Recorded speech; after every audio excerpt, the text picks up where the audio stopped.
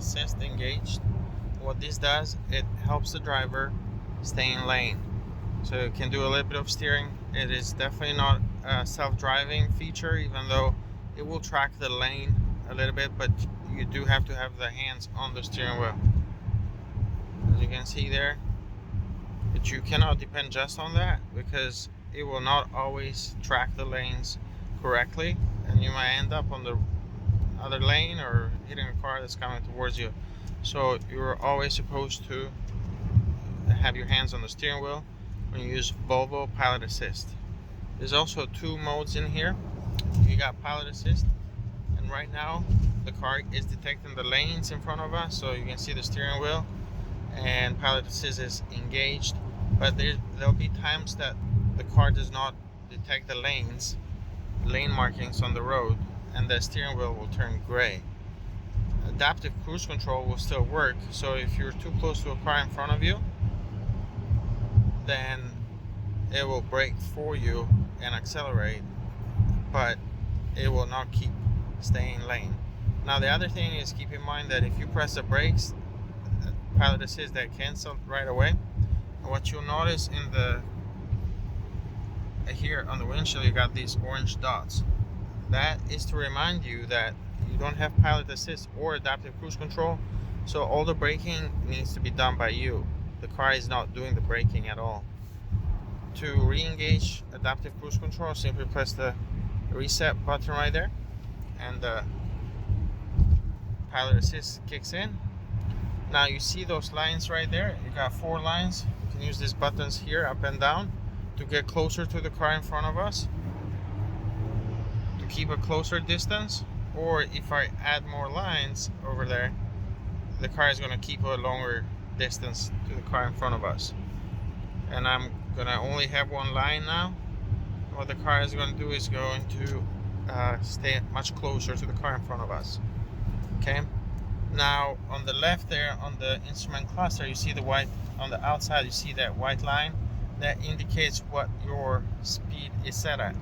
So right now I am accelerating a little bit myself, but if I take my foot off the gas, the car is going to go right there at 50. That's where the white line ends, and it's going to stay there. Okay, you can see how it's dropping at 50, and it's going to stay there. We can increase that by using this plus and minus sign right here. So if I go increase that, the car will accelerate. If I decrease it even more, the car will just basically slow down to whatever I have on that white line over there. And always, so to switch between adaptive cruise control, which is the car only does the braking and does not steer at all. It will steer if you have here lane keeping assist. It will bring, if you're swerving to outside the lane, it will still try to bring you in a little bit.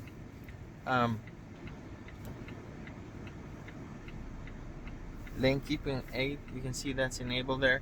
So even if you don't engage Pilot Assist or adaptive cruise control, if you have that on right there, let's say you're driving at night and then you start to swerve to the right, the car will, steering wheel might shake a little bit and then bring you in, but that's all that it does.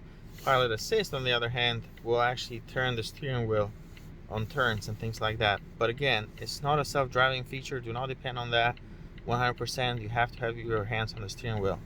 Right here on the steering wheel, this is the button you engage adaptive cruise control or Pilot Assist. You press that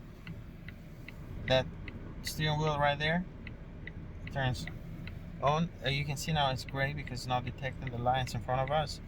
We're at intersection, so they cannot see where the lines are or what's going on. So Pilot Assist, if you have this on, it will do the braking, but it's not going to do any sort of steering. You can switch between adaptive cruise control and Pilot Assist, left and right here.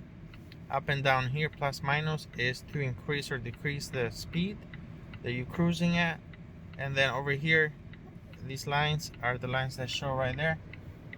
This is to indicate how close you're staying to the car in front of you. So here that's the maximum distance. The car is going to stay pretty far back, as we showed earlier, and the car stays pretty close to the car in front of us.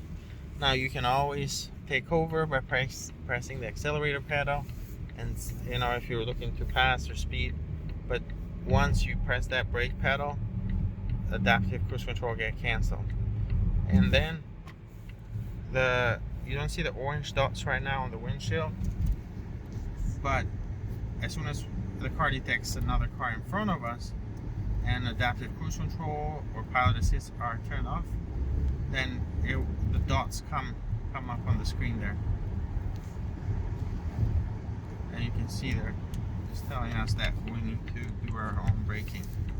And that's a really nice feature. Not all cars that have pilot assist or driver assist systems have something like that, because a lot of times you might get used to using the system, but then you forget that for whatever reason adaptive cruise control got canceled, either because you press the brakes, or sometimes it can get canceled like if you take your hands on from steering wheel for too long, or it can be glitches with the system and it can get canceled.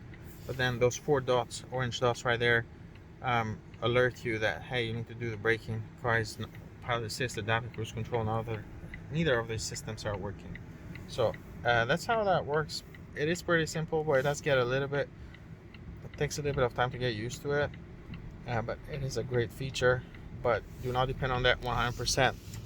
Always keep your hands on the steering wheel when you're using Volvo Pilot Assist. And that's all. Thank you for watching, Ken.